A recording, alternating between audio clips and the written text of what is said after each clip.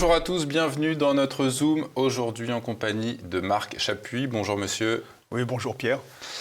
Marc Chapuis, vous êtes ancien professeur de sciences industrielles en classe préparatoire et vous venez de fonder ce collectif. La guerre, ce sera sans nous. Alors évidemment, cette guerre, il y en a plusieurs sur le globe, mais on en parle. Les médias mainstream ne parlent que d'une. En ce moment, c'est cette guerre entre la Russie et l'Ukraine.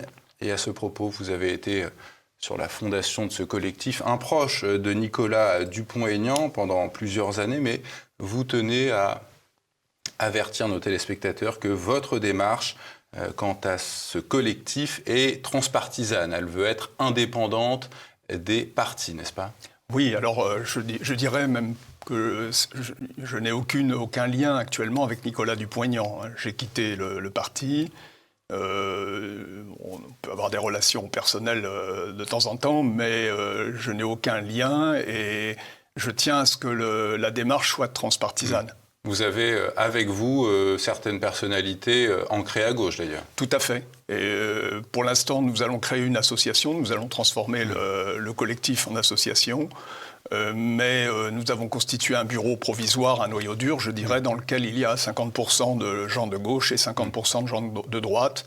Enfin, et puis également, c'est pas tout à fait 50% puisqu'on a aussi une personne qui n'est pas politisée.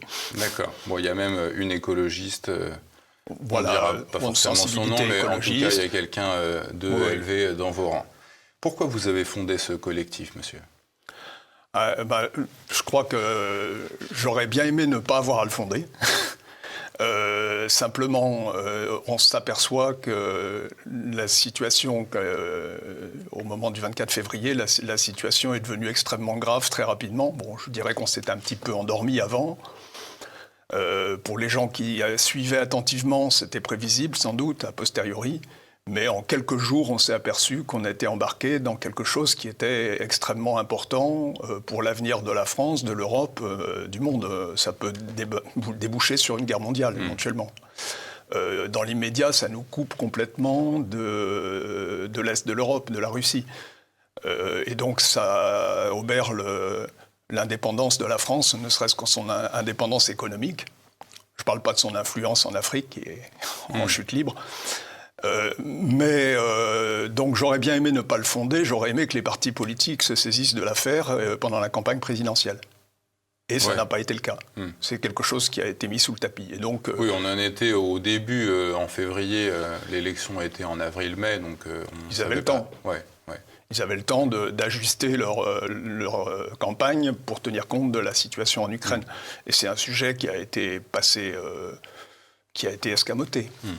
Alors, contrairement à certains va-t-en-guerre que l'on peut entendre sur les plateaux de télévision, vous appelez à l'union sacrée pour la paix. Qu'est-ce que vous diriez, Marc Chapuis, pour convaincre l'opinion publique que ce conflit à l'Est entre l'Ukraine et la Russie n'est pas notre guerre ?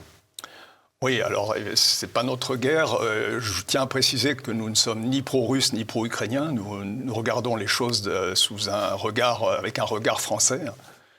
Nous n'acceptons d'ailleurs pas, nous exigeons que les membres du collectif aient la nationalité française, de façon à éviter toute ingérence étrangère. Et donc, je retournerai la question. Pourquoi est-ce que ce serait notre guerre ?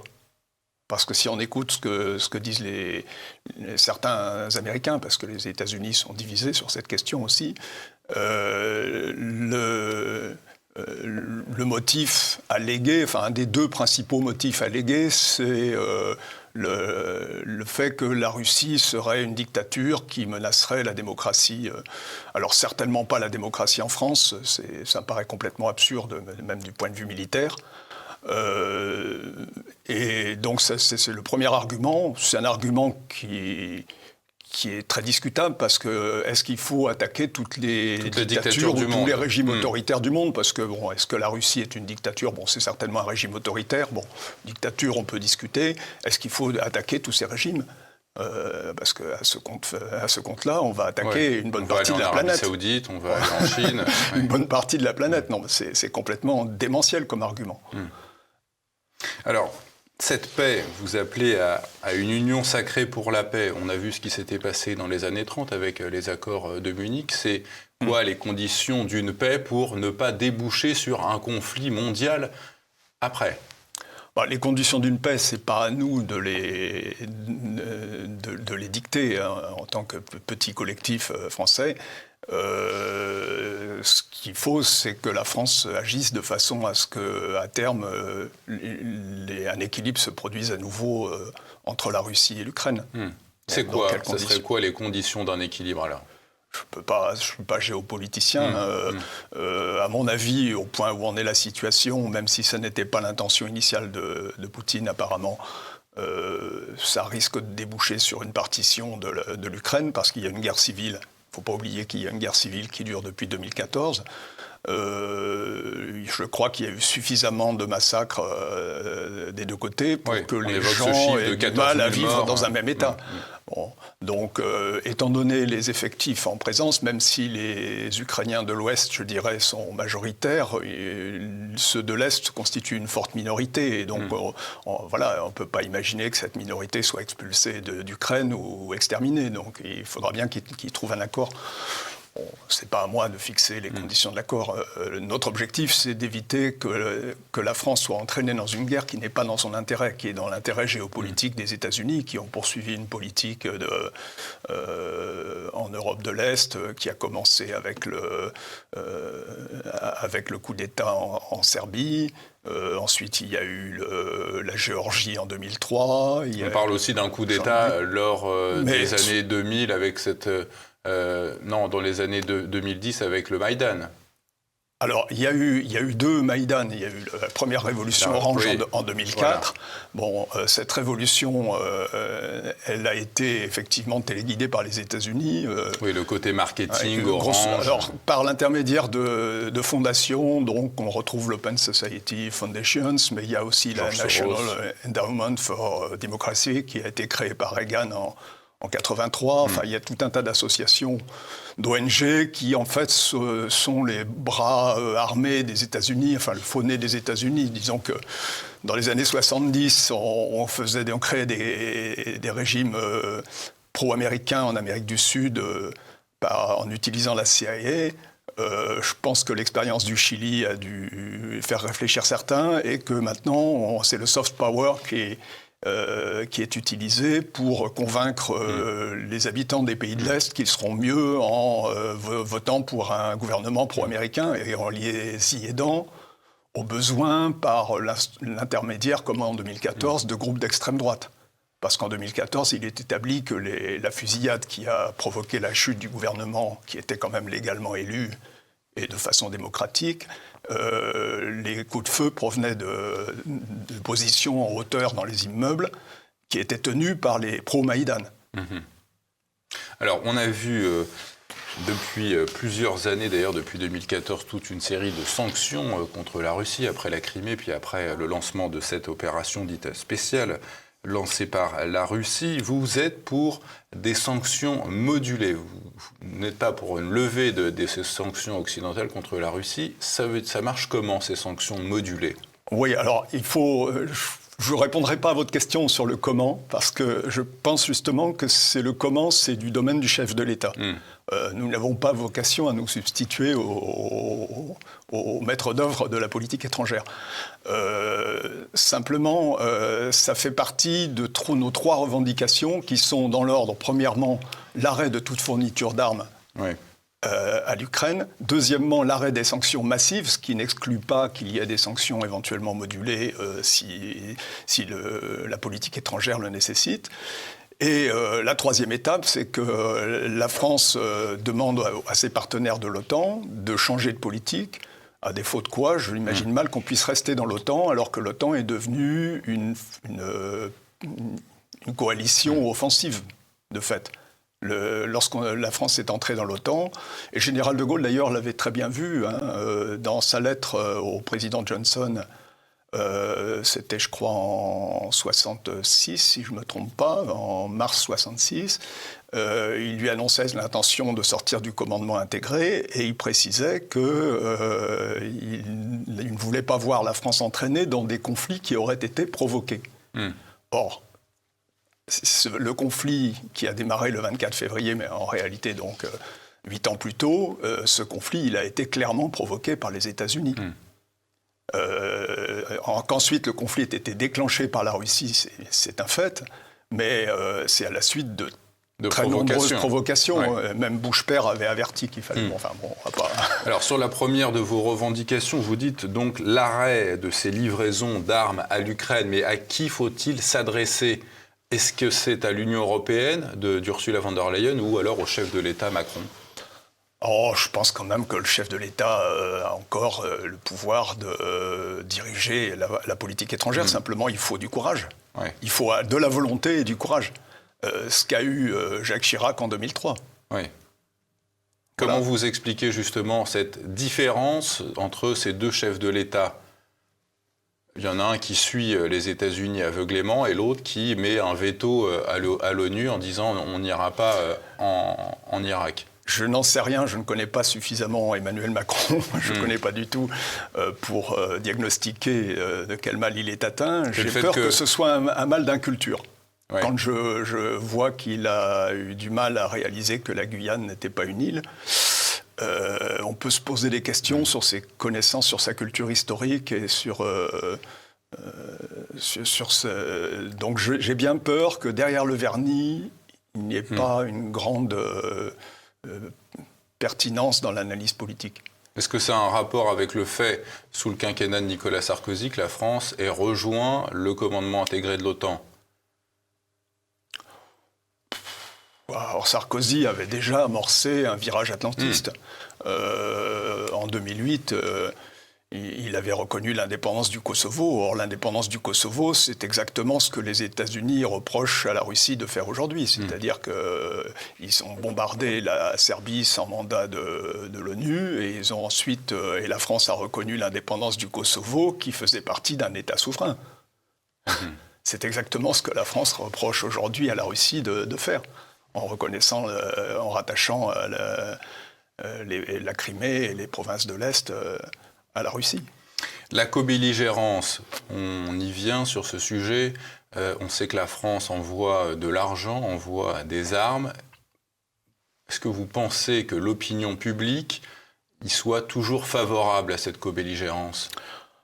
Je ne suis pas certain que l'opinion publique soit favorable. Je pense qu'elle est surtout anesthésiée par les médias. Je pense qu'elle a aussi d'autres sujets de préoccupation avec les retraites. Oui. Ce qui m'interroge quand même, c'est la différence entre la France et l'Allemagne.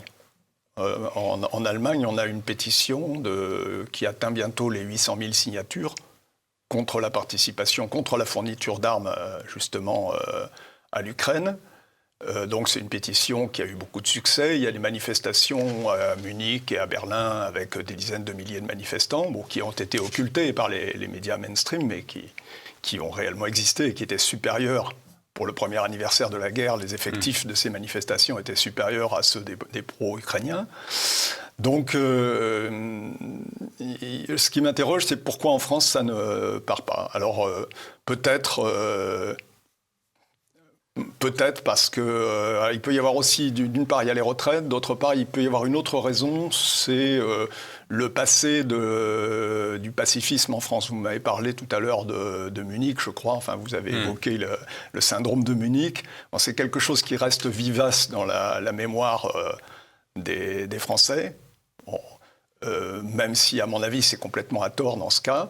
Alors que les Allemands ont une autre histoire, et les Allemands ont été occupés en partie par les Soviétiques et ont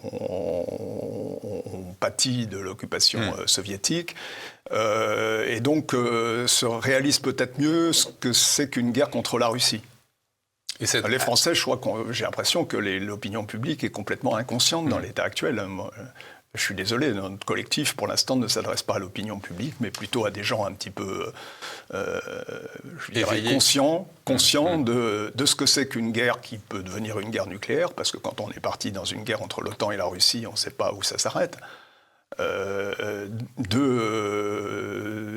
Des risques que ça implique pour la France. Les bénéfices, je n'en vois absolument aucun. Comment vous l'expliquez, ce quasi-unanimisme des gens, du personnel de plateau pour la guerre en Ukraine? On entend des personnes dire il faut aller plus loin, il faut livrer des avions. On compare Poutine à Hitler en permanence. Oui, on entend un peu n'importe quoi. Bon, la comparaison avec Hitler, c'est extrêmement discutable parce que, donc pour revenir sur Munich, Hitler avait annoncé ses projets, il avait écrit Mein Kampf en 1923. Même si par la suite il a essayé de dissimuler ses projets, le livre avait circulé, il avait été réédité en France par le maréchal Lyotet. Donc les gens qui voulaient se renseigner savaient parfaitement à quoi s'en tenir sur les projets d'Hitler.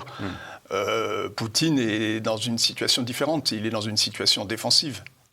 Face à on va vous dire, c'est lui qui a agressé, c'est lui qui a envahi. Oui, mais il a envahi, il a été extrêmement patient, parce que depuis, le tournant s'est produit à peu près au début des années 2000.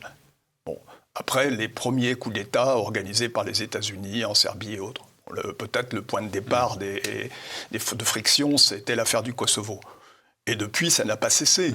Donc, je veux dire, quand on regarde tous les événements qui se sont produits depuis le début, j'en ai oublié des révolutions orchestrées par les États-Unis. Quand ils voient que ça s'approche de la Russie et que ça commence à toucher un pays dans lequel il y a peut-être le quart de la population ou un peu moins de nationalité russe, parce qu'en Ukraine, c'est pas un État ethnique, c'est un État, il y avait des nationalités avant dans l'Ukraine. Voilà, mais c'est la différence avec les Sudètes, parce qu'on va nous sortir les Sudètes. C'est que les Sudètes n'étaient pas bombardés par leur propre gouvernement et il n'y avait pas une volonté les Sudètes, c'était cette région de la Tchécoslovaquie qui a été germanophone. Voilà, oui, mais c'est pas du tout la même situation et c'est pas le même contexte. Je dirais même que la preuve, on nous raconte aussi que Poutine voudrait envahir l'Europe, mais il y a beaucoup de personnes qui sont un peu terrorisées. Alors, les Polonais, peut-être qu'on peut le comprendre, vu leur passé. Il y a des pays baltes aussi. Il y a des gens quand même à l'est de l'Europe qui ont peur. Qui n'aiment pas les Russes. Et qui ont de bonnes raisons de ne pas les aimer. Mais qui redoutent d'être envahis à leur tour après l'Ukraine. À mon avis, c'est on voit la Finlande qui veut intégrer l'OTAN. Oui, bien sûr, mais c'est assez discutable. Maintenant, il faut se mettre à leur place, ils ont un vécu différent. Mais ces pays sont dans l'OTAN. Et la Russie sait que si elle attaque les pays baltes, elle va avoir une guerre, tous les pays de l'OTAN, y compris la France, entreront en guerre. Et je ne dirais pas, je trouverais ça normal.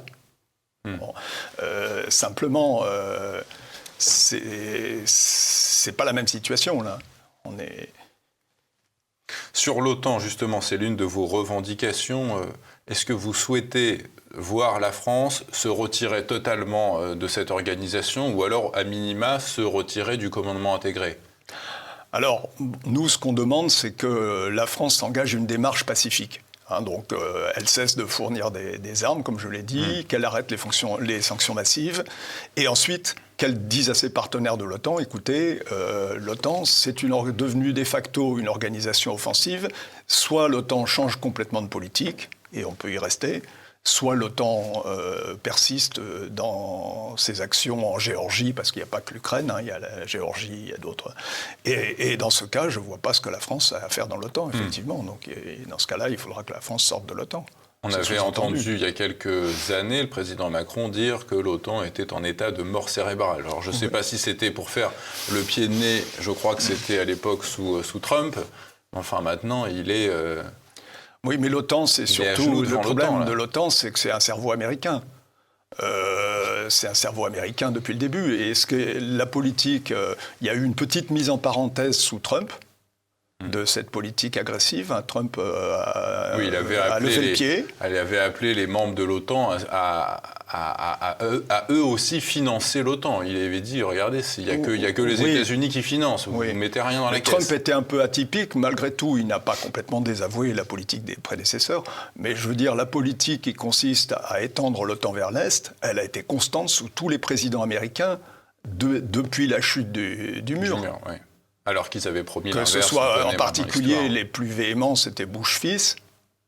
qui a fait pas mal de bêtises que n'aurait pas faites son père, à commencer par l'Irak, mais également le soutien aux révolutions de couleur et l'augmentation de l'agressivité vis-à-vis de la Russie. Et ce sont les discours de Bush fils en 2005 qui ont agacé Poutine, qui a répliqué ensuite en 2007, le 10 février, dans un discours où il exposait ses griefs.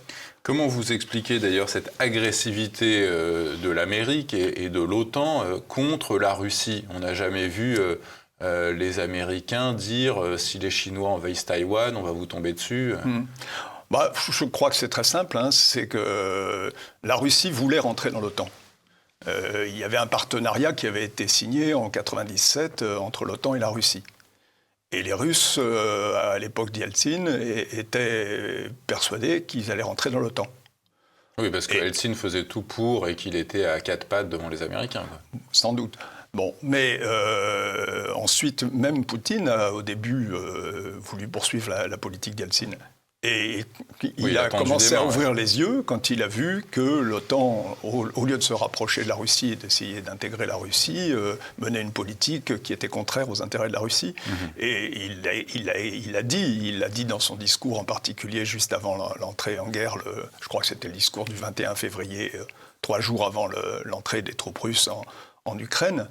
Il a clairement dit que la raison, c'était que les États-Unis ne voulaient pas de la Russie dans l'OTAN parce que c'était un pays trop puissant qui pourrait leur faire de l'ombre. Les autres, ce sont des toutous.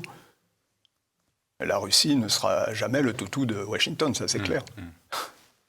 Alors, est-ce que vous pouvez nous dire, Marc Chaput, quelles sont les actions à venir de votre collectif ? Je rappelle le nom, La guerre, ce sera sans nous. Oui. Alors nous, notre raison d'être, c'est d'être un point de ralliement. Parce que, comme je disais, les partis ne faisaient rien. C'est pour ça que j'ai créé le collectif.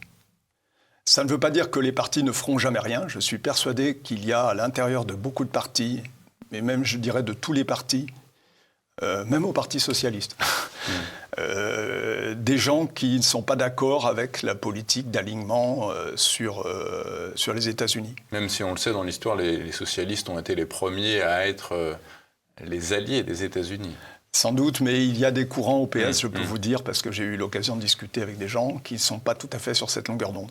Donc, ça peut être une source d'espoir, mais je crois que ce qu'il faut faire dans un premier temps, c'est amener les partis, constituer un point de ralliement. Bon, il n'y a pas que les partis, il y a la base. Si les partis ne sentent pas qu'il y a derrière eux un mouvement d'opinion qui s'oppose à la guerre, ils ne feront rien. Les partis, ils saisissent les occasions, ils se saisissent des préoccupations exprimées par les citoyens. Donc au départ, il faut un mouvement suffisamment important pour susciter l'intérêt des partis. Ensuite, il y a des partis qui sont déjà anti-guerre, aussi bien des partis de droite comme Debout la France, l'UPR, les Patriotes, que de l'autre côté, vous avez des partis trotskistes qui sont complètement anti-guerre aussi, pour des raisons peut-être différentes, mais qui finalement se rejoignent sur cette revendication. Et donc, nous, notre raison d'être, c'est de faciliter la constitution d'une plateforme qui puisse traverser les mouvements politiques et qui puisse être à l'origine d'un mouvement qui peut-être un jour gagnera les grands partis. Alors vous souhaitez transformer dans les prochaines semaines, prochains mois, votre collectif en association. Comment peut-on vous rejoindre ? Avez-vous déjà formé un site internet ? Alors oui, on a un site internet qui s'appelle La guerre ce sera sans nous, en tout attaché, .wordpress.com. Et par l'intermédiaire du formulaire de contact, on peut nous envoyer un message. Donc ça arrive sur la boîte email, c'est moi qui les reçois. Et donc effectivement, nous on a besoin de gens qui soient suffisamment conscients de la situation très grave dans laquelle nous sommes, parce que finalement, je ne l'ai peut-être pas assez répété, mais non seulement c'est contre nos intérêts, contre tous nos intérêts, mais c'est contre, ça risque de nous mener à un conflit, participer à un conflit qui est extrêmement grave. Bon, donc ces gens nous rejoignent, nous aident à monter ce mouvement. Je pense qu'on va essayer de faire, donc pour répondre à votre question dans les prochaines semaines, quand nous serons assez nombreux, parce que ce n'est pas tout à fait le cas pour l'instant et assez solide, je pense que nous organiserons des réunions publiques avec des personnalités politiques de bords différents, de façon à ce qu'elles puissent se rencontrer et exprimer publiquement leur convergence et leur divergence sur la situation de l'Ukraine. Nous avons déjà des contacts avec des personnalités qui seraient susceptibles de le faire, aussi bien à droite qu'à gauche. Qu'est-ce que vous attendrez des personnes qui penseraient vouloir vous rejoindre ? Qu'elles s'investissent, parce que c'est de la logistique, hein. C'est un peu de finance. Du temps et de l'argent. Un peu de finance, du temps, parce que quand on organise une réunion publique, eh bien, il faut des gens pour accueillir, il faut des gens pour organiser toute la logistique de ces réunions, de ces manifestations, donc ça prend du temps.